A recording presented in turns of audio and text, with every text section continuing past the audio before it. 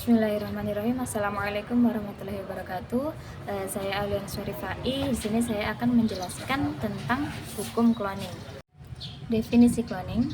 Cloning menurut bahasa adalah berasal dari bahasa Yunani yaitu klon, yang berarti kumpulan sel keturunan dari sel induk tunggal dengan reproduksi aseksual.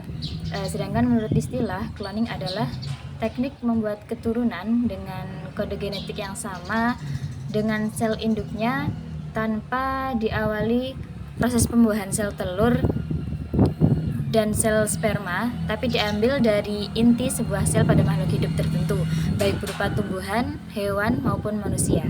Kemudian tujuan cloning pada tanaman dan hewan pada dasarnya adalah untuk memperbaiki kualitas tanaman dan hewan, meningkatkan produktivitasnya, dan mencari obat alami bagi banyak penyakit manusia, terutama penyakit-penyakit kronis guna menggantikan obat-obatan kimiawi yang dapat menimbulkan efek samping terhadap kesehatan manusia.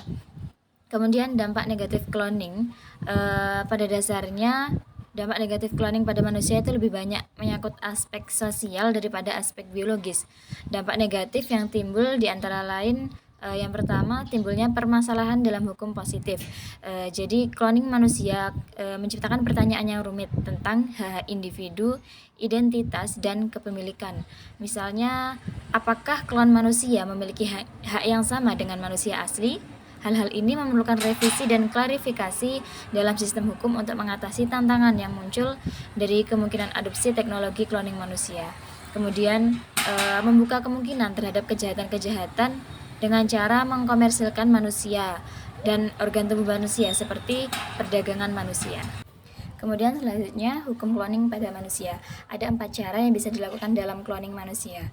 Yang pertama, cloning dilakukan dengan mengambil inti sel wanita lain atau pendonor sel telur yang kemudian ditanamkan ke dalam ovum wanita kandidat yang nukleusnya telah dikosongkan. Yang kedua, cloning dilakukan dengan menggunakan inti sel wanita kandidat itu sendiri dari sel telur milik sendiri, bukan dari pendonor. Yang ketiga, cloning dilakukan dengan menanamkan inti sel atau nukleusnya jantan ke dalam ovum wanita yang telah dikosongkan nukleusnya. Sel jantan ini bisa berasal dari hewan, bisa dari manusia.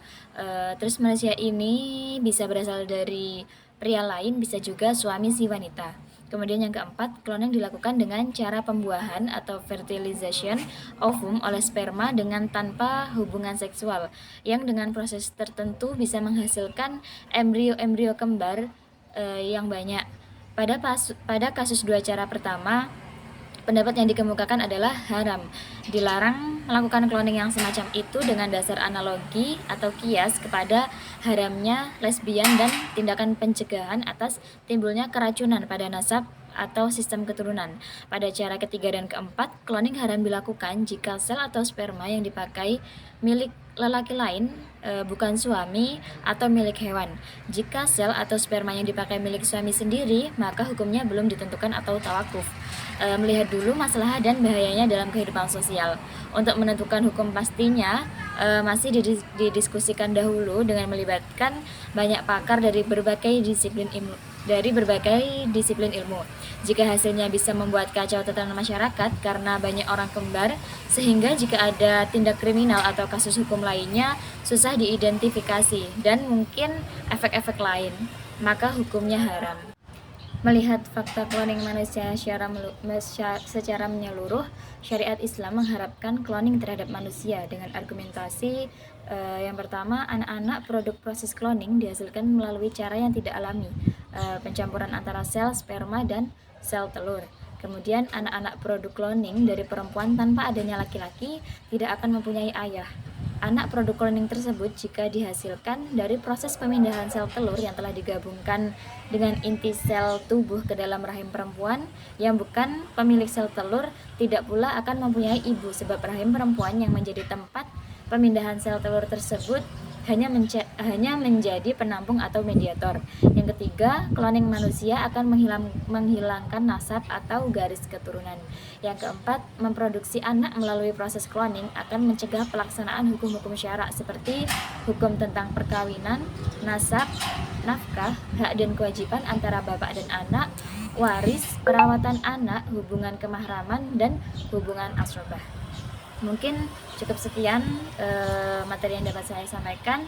Banyak kurangnya mohon maaf. Akhiran, wassalamualaikum warahmatullahi wabarakatuh.